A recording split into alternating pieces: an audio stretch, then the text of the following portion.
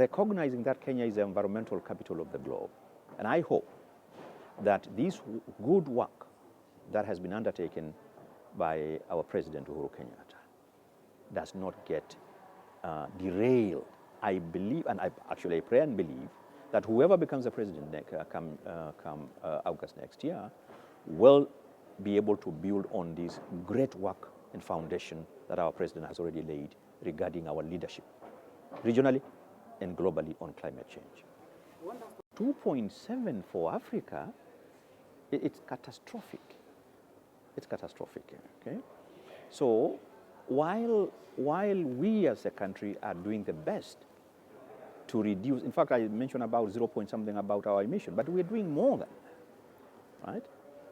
But we are calling upon the biggest emitters. As you know, 20 countries, they call G20. The G20 countries that contribute 80% plus of the combined of the global greenhouse emissions, 80%. And they control 80% of the global GDP. So it tells you these are the wealthy nations. They have the means. So what we are telling them is, we will continue to do our bit. We will continue to increase our ambition on mitigation, as we have been doing. But you bear the greatest responsibility. Okay? You bear the greatest responsibility. So you will be hearing here a lot about keeping the 1.5 degrees alive. All of us have a collective responsibility to contribute. We have been contributing within our means, okay? But we will be calling on our developed countries, friends, to do their bit, provide leadership, and recognize and accept their responsibility and support us to do what we must do. And finally, adaptation is ensuring that our people, our communities, our economy has the necessary resilience, adaptive capacity to withstand or quickly recover from the impacts of climate change. When it rains and all our infrastructure is washed up, the lakes of a flood, the rivers of a flood, when drought, so firstly is adaptation, and adaptation is building the capacity of our infrastructure, of our people and communities to withstand, to absorb the shocks of the devastating impacts of climate change. Now, to do that, you require resources.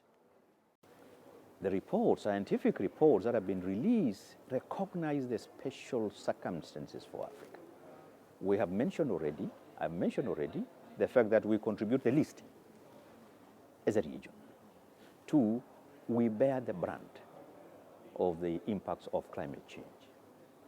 3, because of our location within the equator, 1.5 degree to us is already beyond 2. So we are disproportionately affected by a single fraction.